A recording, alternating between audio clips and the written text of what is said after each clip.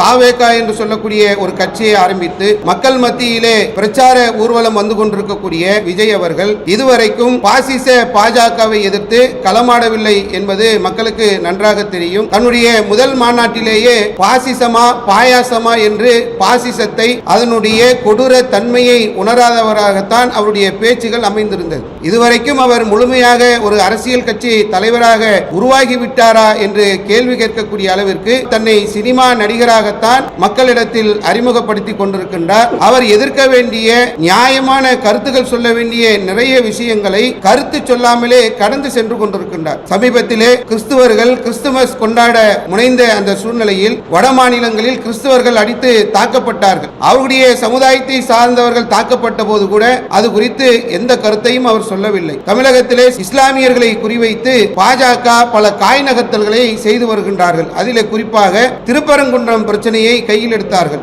இந்த திருப்பரங்குன்றம் குறித்தும் தாவேகாவுடைய விஜய் அவர்கள் எந்த கருத்தையும் இதுவரைக்கும் சொல்லவில்லை. இதையெல்லாம் அறிந்து வைத்திருக்கக்கூடிய இஸ்லாமிய சமுதாயத்தினர் வரக்கூடிய தேர்தலில் யாரை புறக்கணிக்க வேண்டும், யாரை மண்ணை கவர் செய்ய வேண்டும், யாருக்கு வாக்களித்தால் அதிமுக பாஜக கூட்டணி தோல்வி அடையும் என்பதை எல்லாம் விளங்கி வைத்திருக்கின்றார்கள். இஸ்லாமிய சமுதாயம் இந்த தேர்தலிலே அனைவருக்குமே நல்ல முறையில் பாடம் புகட்டுவார்கள் என்பதை நாங்கள் சொல்லிக் கொள்கிறோம்.